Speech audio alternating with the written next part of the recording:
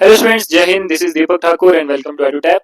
तो गाइज, जैसे कि आपको पता है कि आपके FCIG 3 का एग्जाम जो है वो कभी भी इसकी नोटिफिकेशन आ सकती है और इसका एग्जाम जो है वो नेक्स्ट ईयर तक जो है वो मे बी पॉसिबल हो जाए। अब बात यह है कि आपकी इसी एग्जाम को जो है आपकी प्रिपरेशन को और इजी करने के लिए एडुटैप जो है वो आपके लिए एक सीरीज लेकर आया है, जो कि आपका यूट्यूब पर फ्री ऑफ कॉस्ट रहेगा। ऑलरेडी जो है वो काफी स्टूडेंट्स को ये पता है, जो कि ऑलरेडी इस चीज से जो है वो देखते आ रहे हैं पिछले 1-2 महीने से। लेकिन जो नए स्टूडेंट्स हैं उनको मैं कुछ बता देना चाहता हूँ कि ये जो सीरीज है ये फ्री ऑफ कॉस्ट रहेगी यूट्यूब पे, जिसमें हम आपको हर रोज जो है आपके साथ अलग अलग सब्जेक्ट्स के अलग अलग इंपॉर्टेंट टॉपिक्स के ऊपर जो है वो 10 इंपॉर्टेंट क्वेश्चंस को डिस्कस करते हैं। और हम आपको इस तरह से डिस्कस करते हैं कि आपका जो सिलेबस वाला पार्ट है वो भी क्लियर हो जाए और आपको एक आइडिया भी हो जाए कि आपके एग्जाम में किस तरह का क्वेश्चन जो है वो पूछा जाता है। बाकी गाइज, अगर आप चाहते हैं कि आपके इस सीरीज का कोई भी सेशन, कोई भी लेक्चर मिस ना हो, तो आप ये हमारा यूट्यूब चैनल जो है वो सब्सक्राइब कर सकते हैं। अगर आप चाहते हैं कि आपको हर एक लेक्चर, हर एक सेशन की जो है वो PDF भी प्रोवाइड की जाए, तो आप हमारा टेलीग्राम चैनल जो है वो ज्वाइन कर सकते हैं, सो दैट कि आप जो है हर एक सेशन की जो PDF है, उसके नोट्स हैं, वो आपके पास पहुंच जाए। बाकी जो फर्स्ट टाइम जो है वो ये वीडियो देख रहे हैं, ये लेक्चर देख रहे हैं, उनको मैं बता देना चाहता हूँ कि ये आपका फ्री यूट्यूब सीरीज शेड्यूल है, जिसमें आपको हर रोज दोपहर 2 बजे आपको अलग अलग सब्जेक्ट्स की अलग अलग टॉपिक्स के ऊपर जो है वो वीडियो देखने को मिलेंगी। मंडे टू फ्राइडे जो है वो हमारा ये रहता है, जिसमें हम आपको अलग अलग सब्जेक्ट्स की अलग अलग टॉपिक के ऊपर 10 इंपॉर्टेंट MCQs को जो है वो डिटेल में डिस्कस करते हैं। तो उसी तरह से आज की ये वीडियो रहेगी। बात करते हैं जो आज का हमारा टॉपिक है इकोनॉमी का, दैट इज इन्फ्लेशन। इन्फ्लेशन के ऊपर जो है वो हम आपके साथ 10 इंपॉर्टेंट क्वेश्चंस को जो है वो डिस्कस करेंगे, जो कि आपके एग्जाम के लिए बहुत ही ज्यादा जरूरी रहेंगे। तो गाइस देखिए, आज के इस फर्स्ट क्वेश्चन की बात अगर हम करें, तो पहला क्वेश्चन है, which of the following is characteristic of cost push inflation. यानी कि कॉस्ट पुश इन्फ्लेशन की कौन सी जो है वो कैरेक्टरिस्टिक आपको यहाँ पे देखने को मिल रही है। यानी कि आपके पास जो 5 ऑप्शन दिए हैं, इनमें से कौन सी कैरेक्टरिस्टिक जो है वो आपकी कॉस्ट पुश इन्फ्लेशन में आती है। बात करते हैं आपके ऑप्शन की। ऑप्शन ए है, it is caused by an increase in consumer demands for goods and services. Option B है, it occurs due to a rise in the cost of production inputs like labor and raw materials. Option C है, it result from a decrease in government spending.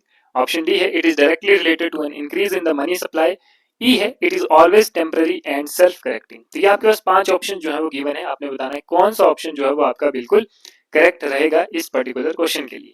तो बात करते हैं अगर हम आपके सही ऑप्शन की, तो सही ऑप्शन नंबर बी, यानी कि कॉस्ट पुश इन्फ्लेशन का क्या मतलब होता है कि इसकी क्या कैरेक्टरिस्टिक है, क्या फीचर है कि it occurs due to rise in the cost of production. यानी कि ये जो होता है ये होता है due to rise in the cost of production input, कि आपकी जो कॉस्ट ऑफ प्रोडक्शन है, चाहे वो रॉ मटेरियल की कॉस्ट है, चाहे लेबर कॉस्ट है, इस तरह की कॉस्ट जो है वो आपकी राइज करती है, तो उसको आप कहते हैं कॉस्ट पुश इन्फ्लेशन। ठीक है, तो कोई भी आपकी प्रोडक्शन इनपुट्स है, उसके ऊपर जो उसकी कॉस्ट है जब वो बढ़ती है, ठीक है, जब आपका लेबर चार्जेस बढ़ रहा है, रॉ मटेरियल बढ़ रहा है, ट्रांसपोर्टेशन बढ़ रहा है, कुछ भी इस तरह की चीजें जो है वो बढ़ रही हैं, that comes under the cost push inflation. ठीक है, तो ये सारा जो है वो आपका इसमें आता है। क्लियर? तो उसमें क्या होता है कि प्रॉफिट मार्जिन को मतलब कवर अप करने के लिए, मेंटेन करने के लिए, जो आपका प्रोड्यूसर है वो क्या कर देता है, जो उसका प्राइस है उसको बढ़ा देता है। ठीक है, तो दिस इज, आप ये कह सकते हैं कि डिमांड पुल इन्फ्लेशन से ये अलग है, which is caused by increase consumer demand, कि जब कंज्यूमर की डिमांड बढ़ती है उस टाइम भी हम जो है वो इन्फ्लेशन यानी कि रेट को बढ़ाते हैं, but that comes under the demand pull inflation. But ये जो पार्ट है आपका, ये आता है आपका कॉस्ट पुश इन्फ्लेशन में। ठीक है, चलिए क्वेश्चन नंबर सेकंड की अगर हम बात करें, तो क्वेश्चन नंबर सेकंड में है, which of the following indices is most commonly used to measure inflation in India. किसमें से कौन सा एक ऐसा इंडेक्स है, कौन सा एक ऐसा पॉइंट है, कौन सी ऐसी टर्म है, ऐसा इंडेक्स जो कि कॉमनली यूज किया जाता है इन्फ्लेशन को मेजर करने के लिए इंडिया में। तो अगर हम आपके ऑप्शन की बात करें, तो ऑप्शन ए है wholesale price index, option B है consumer price index, option C है index of industrial production, option D है producer price index, option E है नेशनल इनकम इंडेक्स। तो ये आपके पास 5 इंडेक्स जो है वो गिवन है और आपने बताना है कौन सा जो है वो आपका बिल्कुल करेक्ट है। सही ऑप्शन की अगर हम बात करें आपके करेक्ट ऑप्शन की, तो आपका करेक्ट ऑप्शन है बी, यानी कि कंज्यूमर प्राइस इंडेक्स। तो कंज्यूमर प्राइस इंडेक्स जो है वो आपका बिल्कुल करेक्ट रहेगा। ये जो कंज्यूमर प्राइस इंडेक्स है, that measures change in the prices of a basket of consumer goods and services and is widely used to track inflation in India. ठीक है, and it reflects the cost of living for households, making it a key indicator for inflation targeting by the Reserve Bank of India. यानी कि ये जो consumer price index है, ठीक है, ये क्या करता है आपका, ये मेजर करता है जो भी प्राइसेस में चेंजेस आपको देखने को मिलती है, ठीक है, चाहे वो गुड्स हैं, सर्विसेज में है, ठीक है, और ये क्या करता है, इन्फ्लेशन को ट्रैक करता है इंडिया में। ठीक है, तो ये साथ में क्या रिफ्लेक्ट करता है, ये रिफ्लेक्ट करता है जो भी आपका लिविंग कॉस्ट ऑफ लिविंग है एक हाउस होल्ड की, ठीक है, जिसकी वजह से जो है आपके इन्फ्लेशन के बारे में पता चलता है, महंगाई के बारे में पता चलता है। तो ये एक की इंडिकेटर है जिसको मतलब कि रिजर्व बैंक ऑफ इंडिया द्वारा जो मेनली टारगेट किया जाता है, ठीक है। बात करते हैं आपके नेक्स्ट क्वेश्चन यानी कि क्वेश्चन नंबर थर्ड की। क्वेश्चन थर्ड है आपका, stagflation refers to a situation where, ये जो स्टैगफ्लेशन है ये कौन सी सिचुएशन को जो है वो रेफर करता है, कौन सी सिचुएशन जो है वो आपकी यहाँ से रिकमेंड होती है। तो अगर हम आपके ऑप्शन ए की बात करें तो आपका ऑप्शन ए है inflation and economic growth occur simultaneously. Option B है inflation occurs alongside economic stagnation and high unemployment.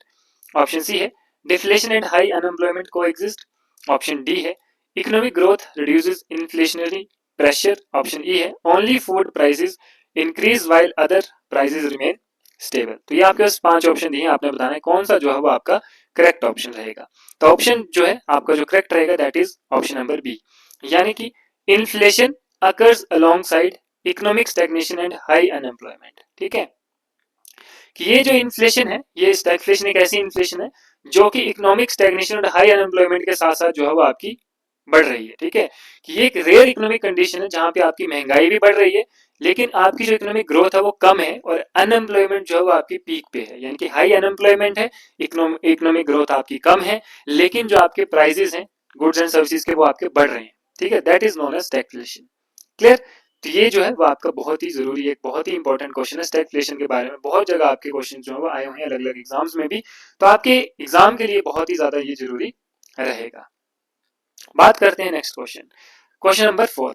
Question number 4 है which of the following sectors carries the highest wait in India's consumer price index, यानी कि कौन सा sector है which carry the highest wait in India's consumer price index, ठीक है। जो consumer price index है उसमें कौन सा ऐसा सेक्टर है that is carries the highest wait, ठीक है। तो अगर हम आपके ऑप्शंस की बात करें तो आपका ऑप्शन है food and beverages, option B है हाउसिंग, ऑप्शन सी है ट्रांसपोर्टेशन, ऑप्शन डी है एजुकेशन एंड ऑप्शन ई है क्लोथिंग एंड फुटवेयर। तो ये 5 ऑप्शन जो है वो आपको दिए हैं, आपने बताना है कौन सा जो है वो आपका सेक्टर जो है वो हाईएस्ट वेट कैरी करता है in India's consumer price index यानी कि सीपीआई में। सही ऑप्शन की बात करें तो ऑप्शन ए यानी कि फूड एंड बेवरेजेस, ठीक है। कि फूड एंड बेवरेजेस वाला जो सेक्टर है दैट इज द मतलब कंज्यूमर प्राइस इंडेक्स में सबसे ज्यादा जो है वो यही अपना हाई वेट जो है वो कैरी करता है, ठीक है। लार्जेस्ट शेयर जो है वो अपना रखता है, ठीक है। और इसकी इंपॉर्टेंस जो है वो हाउस होल्ड कंजप्शन पैटर्न में भी सबसे ज्यादा है। दैट्स वाई आपको पता है कि खाना तो हर कोई ही खाता है ना, तो इसलिए जो है वो इसका शेयर सबसे ज्यादा है। इसका मतलब क्या है कि चेंज इन फूड प्राइसेस जो है वो आपकी इन्फ्लेशन रेट्स और सीपीआई को जो है वो इम्पैक्ट करती है, ठीक है। अगर आपके फूड को महंगा कर दिया जाए, सब्जियां महंगी हो जाए, है ना, तो आपका consumer price index, inflation rates, ये सारे चीजें जो है वो आपकी इम्पैक्ट होती हैं, अफेक्ट होती हैं, ठीक है। दैट्स वाई जो है वो ये आपका बहुत ही जरूरी रहता है। बात करते हैं नेक्स्ट क्वेश्चन यानी कि क्वेश्चन नंबर 5 की। क्वेश्चन नंबर 5 है when the Reserve Bank of India यानी कि RBI raises the repo rate it primary aims to, कि जब आरबीआई जो है अपने रेपो रेट को इंक्रीज करता है, ठीक है, रेज करता है, तो इसका मेन एम क्या होता है। मेन एम अगर हम ऑप्शंस की बात करें तो वो है कि increase money supply in the economy, कि मनी सप्लाई को जो है वो इंक्रीज करता है इकोनॉमी में, इन्फ्लेशनरी प्रेशर को डिक्रीज करता है, reduce unemployment level, promote export by devaluing the currency, E है एनकरेज हायर गवर्नमेंट बोरिंग। तो अब आपके सही ऑप्शन की अगर हम बात करें तो वो ऑप्शन बी यानी कि decrease inflationary pressure. Inflationary pressure को जो है वो डिक्रीज करता है, it curves the inflationary pressure by aggregating decreasing the aggregate demand, ठीक है। इसलिए जो है रेपो रेट को जब बढ़ाया जाता है तो RBI makes boring more expensive for banks which in turn reduces the money supply in the economy, ठीक है। कि फिर वो क्या करता है कि इकोनॉमी में मनी सप्लाई को डिक्रीज करता है और जिसकी वजह से जो इन्फ्लेशन प्रेशर है वो भी कम हो जाता है by decreasing the aggregate demand. Clear. बात करते हैं next question, question number 6। Question number 6 है आपका what is the primary difference between deflation and disinflation. तो बात यहाँ पे की गई है डिफ्लेशन की एंड डिसइन्फ्लेशन की, ये दो आपकी जो मेजर टर्म्स है, इनके बीच का आपने बताना है कि कौन सा की डिफरेंस जो है वो आपका रहता है। अगर हम आपके ऑप्शन ए की बात करें तो ऑप्शन ए है deflation refers to falling prices, यानी कि डिफ्लेशन की वजह से जो है वो आपके प्राइस कम होते हैं, फॉलिंग प्राइस, ठीक है। While disinflation refers to declining inflation rate, कि जो डिसइन्फ्लेशन है ये रेफर किया जाता है to declining the inflation rate. वहीं अगर हम ऑप्शन बी की बात करें तो deflation is caused by high demand, कि जो डिफ्लेशन है that is caused by the high demand, while disinflation जो है that is caused by the low demand. C option की बात करें तो deflation is a long term trend while disinflation is a short term phenomena, कि deflation जो है वो आपका एक लॉन्ग टर्म ट्रेंड है और डिसइंफ्लेशन जो है वो आपका एक शॉर्ट टर्म फिनोमिना है। ऑप्शन डी की बात करें तो डिफ्लेशन जो है that occurs only in developing economies, कि जो आपका डिफ्लेशन है ठीक है वो सिर्फ डेवलपिंग इकोनॉमीज में ही होता है, वाइल डिसइंफ्लेशन जो है वो आपका डेवलप्ड इकोनॉमीज में भी होता है।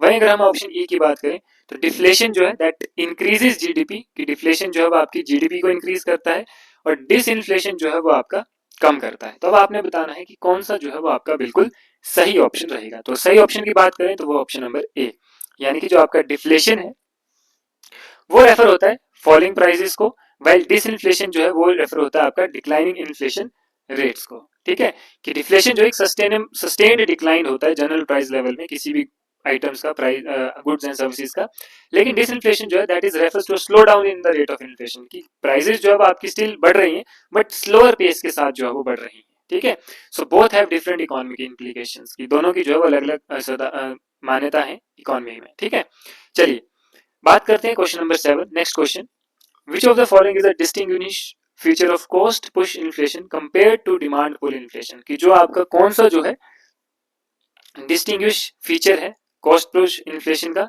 अगर हम उसको कंपेयर करें डिमांड पुल इन्फ्लेशन के साथ। तो अगर हम आपके ऑप्शंस की बात करें तो ऑप्शन ए है it is caused bye an increase in consumer demand, ठीक है, कि ये जो होता है वो कंज्यूमर डिमांड की वजह से होता है। It results from rising production cost such as raw material and wages, it leads to lower unemployment, it is usually associated with an economic boom and it has no effect on prices।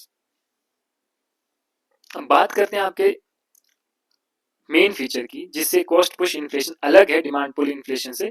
तो आपको already हमने पिछले question में भी discuss करा था, तो उस हिसाब से हम ये कह सकते हैं कि जब आपकी प्रोडक्शन कॉस्ट बढ़ती है यानी कि लेबर चार्जेस, आपका रॉ मटेरियल का चार्जेस, ट्रांसपोर्टेशन कॉस्ट, ये सारी प्रोडक्शन कॉस्ट जब बढ़ती है जिसकी वजह से आपका प्रोडक्ट का जो प्राइस है वो इंक्रीज होता है, तो इसको हम बोलते हैं कॉस्ट पुश इन्फ्लेशन। तो आपका ऑप्शन बी जो है वो बिल्कुल इसके लिए करेक्ट रहेगा।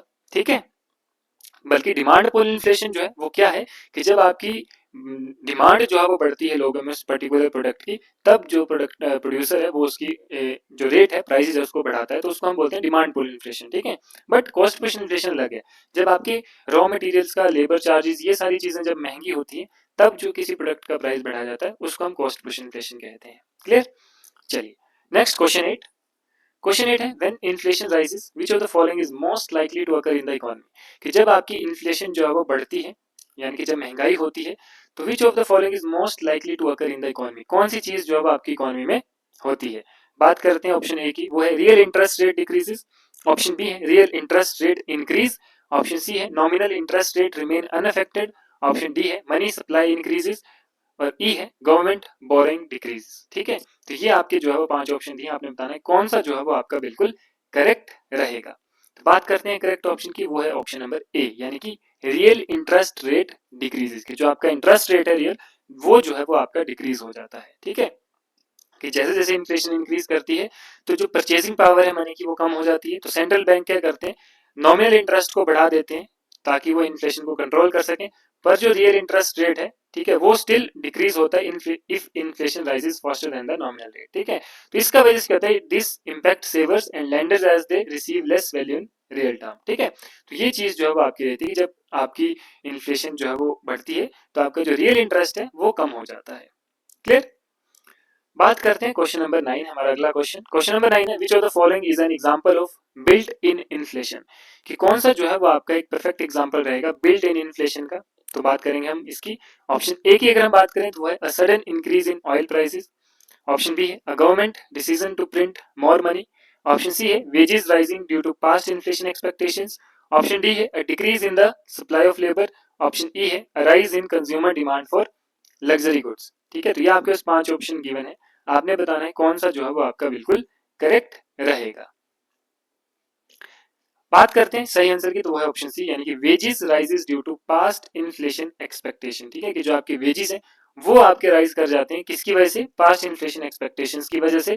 ठीक है, कि बिल्ट इन इन्फ्लेशन को आप ये भी कह सकते हैं कि वेज प्राइस इन्फ्लेशन। ठीक है, जब किसी मतलब बिजनेसमैन जो है वो इंक्रीज करता है प्राइसेस को to cover high wage cost, ठीक है, कि वेज कॉस्ट को जो है वो कवर अप करने के लिए तो वो क्या करता है कि प्राइसेस को बढ़ा देता है and workers demand higher wages. ठीक है, कि जो वर्कर्स हैं वो भी क्या करते हैं हायर वेज ही डिमांड करते हैं ताकि वो पास्ट इन्फ्लेशन को जो है वो उसको झेल सकें।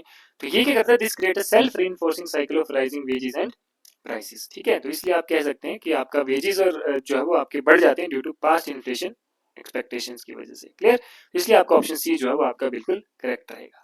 बात करते हैं आज के आखिरी क्वेश्चन यानी कि क्वेश्चन नंबर 10 की। क्वेश्चन नंबर 10 है, which of the following statement is true about the relationship between inflation and economic growth. कि कौन सा जो स्टेटमेंट है आपकी बिल्कुल सही है regarding the relationship between inflation and economic growth. कि inflation always lead to a reduction in economic growth, inflation जो है वो हमेशा आपकी इकोनॉमिक ग्रोथ को कम करेगी। ऑप्शन बी है, moderate inflation is often associated with economic expansion. Option C है, higher inflation has no effect on economic growth. Option D है, inflation only affects developed economies. Option E है, inflation and economic growth are completely unrelated. ये आपके 5 option given है, आपने बताना है कौन सा जो है वो आपका बिल्कुल सही रहेगा। तो बात करते हैं आपके सही ऑप्शन की, तो ऑप्शन बी। ठीक है, कि जो मॉडरेट इन्फ्लेशन होती है that is often associated with economic expansion. की जब आपकी इन्फ्लेशन एक मॉडरेट पेस पे है, मॉडरेट लेवल पे है, तो वो जो है वो काफी एसोसिएट रहती है इकोनॉमिक एक्सपेंशन के साथ। क्योंकि मॉडरेट इन्फ्लेशन जो है जनरली वहां देखी जाती है कि जहां पे इकोनॉमीज जो कि ग्रो कर रही है, जो कंट्रीज की इकोनॉमी जो है वो आपकी बढ़ रही है। It indicates rising demand for good and services की, ये भी इंडिकेट करता है कि लोगों में जो है वो डिमांड है उस पर्टिकुलर गुड्स एंड सर्विसेज की, जो कि it's a sign of economic expansion की। इकोनॉमिक एक्सपेंशन का भी ये जो है एक पर्टिकुलर साइन रहता है। लेकिन एक्सेसिव इन्फ्लेशन है तो वो जो है वो ग्रोथ को हार्म कर सकती है, क्योंकि उसकी वजह से जो परचेजिंग पावर वो कम हो जाएगी और एक अनसर्टेनिटी जो है वो आपकी क्रिएट हो जाती है। ठीक है, प्रोड्यूसर्स एंड बायर्स के बीच में, जिसकी वजह से आपकी इकोनॉमी इफेक्ट पड़ती है। लेकिन अगर आपकी मॉडरेट इन्फ्लेशन है that is good for the economic expansion. ठीक है, that is associated with the economic expansion. तो इसलिए आप कह सकते हैं कि आपका ऑप्शन बी जो है वो बिल्कुल करेक्ट रहेगा। तो ये थे गाइज आज के हमारे 10 इंपॉर्टेंट क्वेश्चंस। और आप अगर चाहते हैं कि आपका ये जो है वो सेशन आपको हर एक वीडियो जो है वो टाइम के साथ और हर रोज जो है वो आप इसको देखें ताकि आपकी एग्जाम की प्रिपरेशन जो है वो अच्छी हो जाए, तो आप हमारे इस चैनल को सब्सक्राइब करें। आप गिवन नंबर पर कॉन्टैक्ट कर सकते हैं if you have any kind of query, any kind of doubt.